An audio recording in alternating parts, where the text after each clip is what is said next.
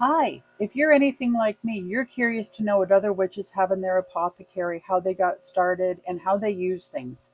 So, if this sounds like you, even if you're a seasoned witch and just want to be nosy, come on in. I got tagged by Cara over at Pagan Crafting for the hashtag Show and Spell series. It's a series of things I'm going to go over with you, and I hope you enjoy. So, if this is our first time meeting, my name is Jody McDowell. I'm a psychic, energy worker, and a witch in no particular order. So, the first question here is the inspiration for my apothecary. How did I get started?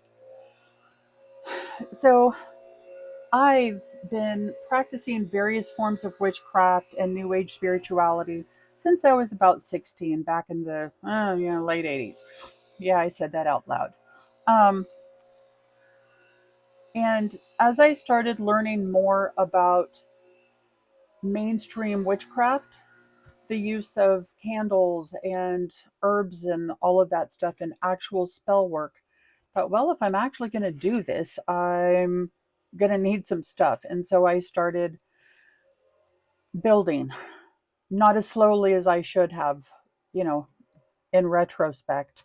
My first purchase was a box I found on Amazon that had a basic witches set. It had a bunch of different little crystal chip containers and a fairly wide variety of basic herbs. Of course, I've used almost all of them now. There are some I just don't use or I've replaced with organic, as most of my spell work is done either tea, drinking, bathing, a lot of it anyway. I try to use organic and food grade as much as humanly possible. And as I got into my path farther, I started taking herbalism courses. And so, of course, the more you study herbalism, the more herbs you just have to have. I can't live without that. So that's how I got started. Second thing, how do I store my herbs? Well, if you look behind me, they're kind of strewn all over my entire office. You'll see primarily glass jars. That started not because I thought it was necessarily the best option, although it's a pretty good one, more because I'm a canner. I have been for years, and so I've got lots and lots of jars all over the house, stashed in every corner, and I just started filling herbs with them, and they've been the perfect place to keep them dry, fresh as long as possible, and all that stuff. Um, all right. The next question, frankly, makes me laugh. Labeling. So I would say at least 50 to 60%, probably more like 70% of all of the items in my apothecary are unlabeled. So I've sent friends up who are also witches, hey, will you go grab my chamomile? And they're looking around for the chamomile label, and there isn't one. Bad example, because a lot of people know what chamomile looks like. But I just have jars, and I happen to know which ones are which. And yes, I have this fantasy of eventually getting them all labeled with beautifully designed labels with both their standard name and their Latin name, and maybe even a couple of their routine uses. I'm probably not ever going to do that, but I have the fantasy. Okay, now let's talk about my favorite items in my apothecary.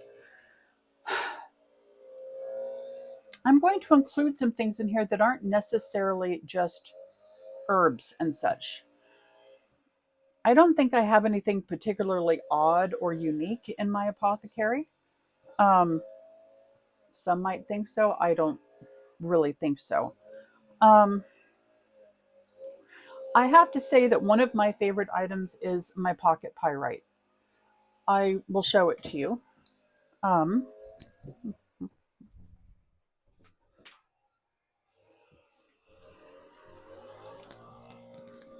it's a beauty. pretty decent sized. I was going to work a spell for a friend of mine, and it was a money spell, and I needed a pocket pyrite. Well, I was having a particularly ungrounded, anxious day, and I picked this stone up in the store, and just instantly it ground me right down into my body. I was calm, and it has since become one of my all-time favorite items. Costco, I never leave to Costco without this in my pocket. Not even in my purse, in a pocket where I can hold it, touch it, feel it. Another little thing here is this necklace. It is sorry, I added something to it and now it's all tangled and I haven't stopped to untangle my chain.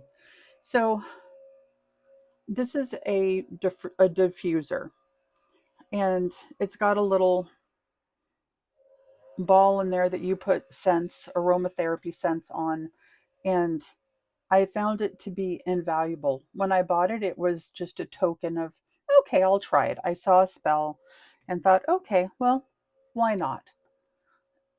It was inexpensive, it was kind of cute, and I love it.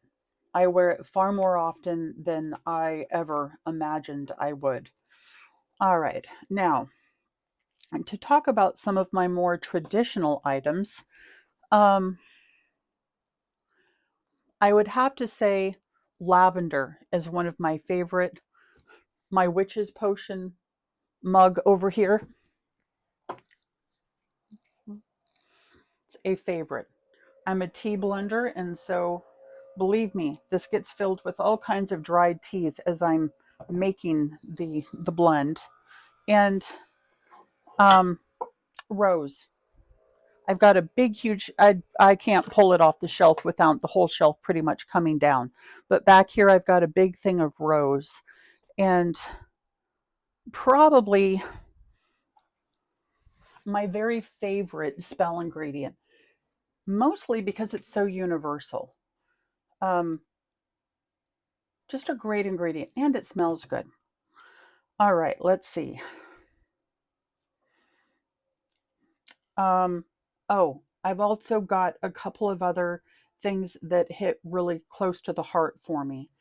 Um, Actually, I'm going to go to the historical significance of a couple of things. One in one in particular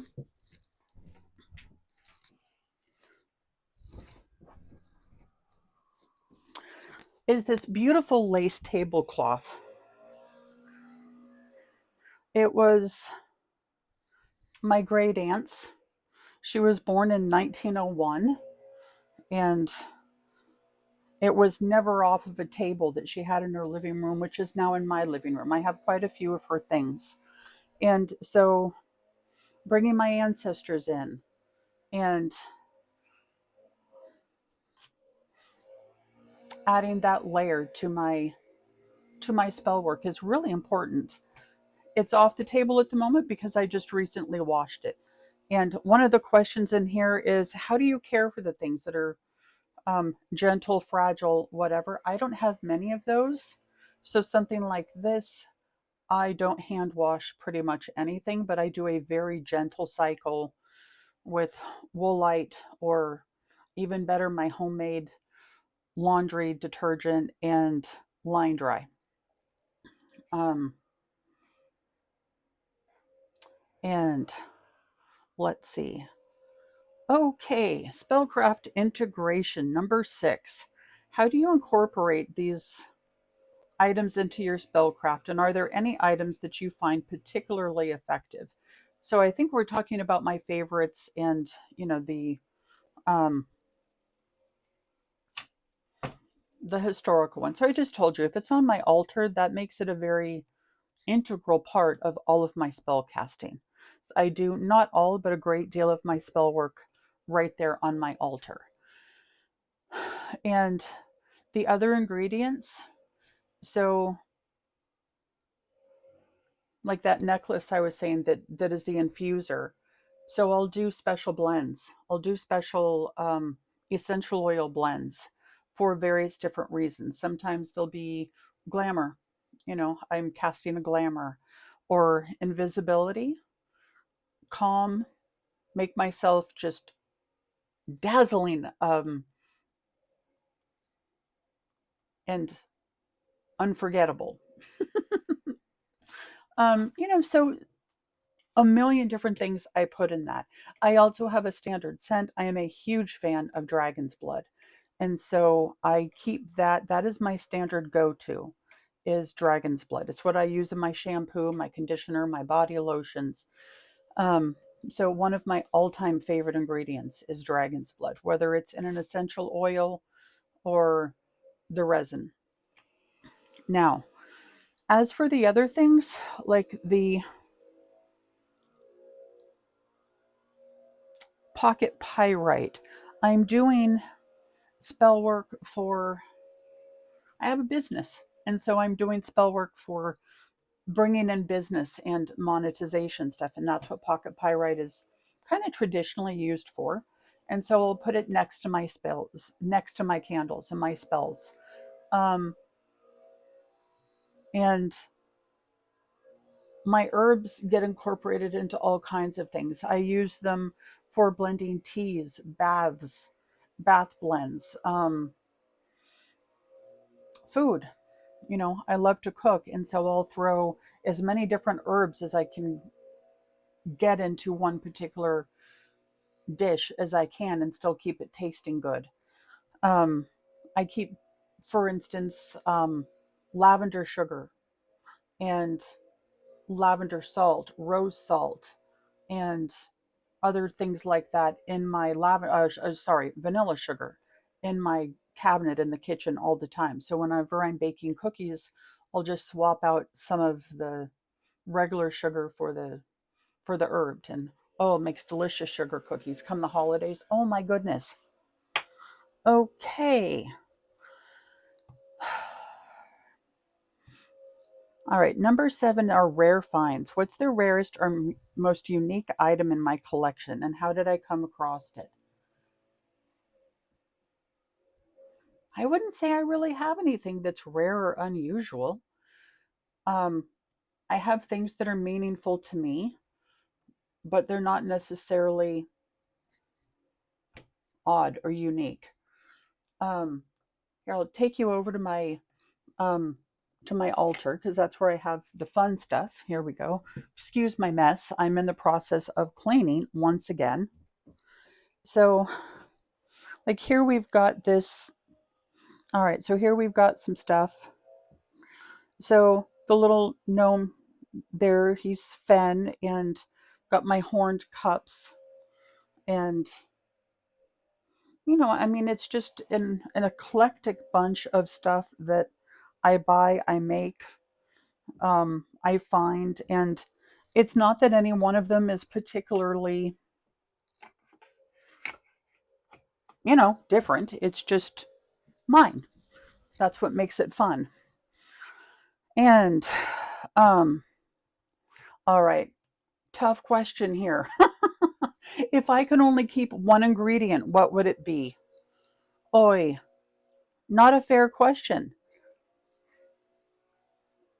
In all sincerity, I would probably say either rosemary or rose, um, given just how absolutely versatile those two herbs are. They are just so incredibly versatile that I could put them in anything. All right. Number 12 here. Advice for new collectors. What advice would you give to someone who is just starting their own apothecary collection?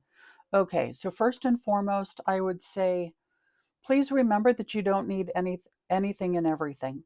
Start small, start slow, learn your kitchen culinary herbs first.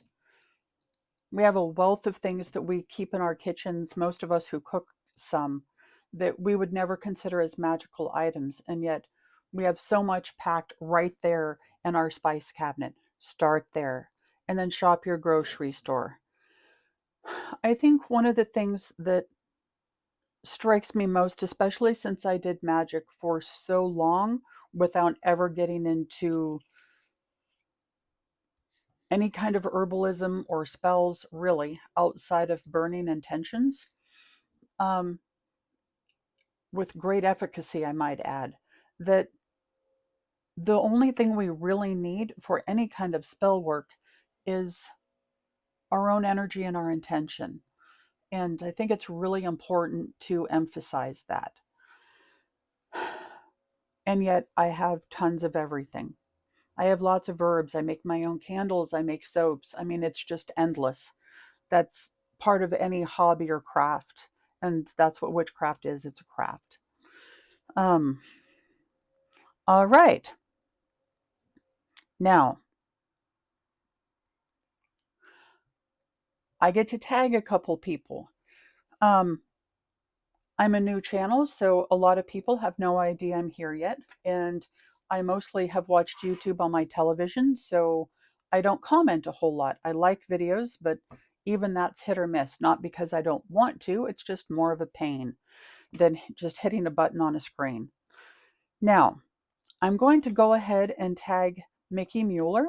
She's one of my very favorite witches. And Bewitching Bemused, I think she is absolutely fabulous. Ginny Metherill, and The Peculiar Brunette.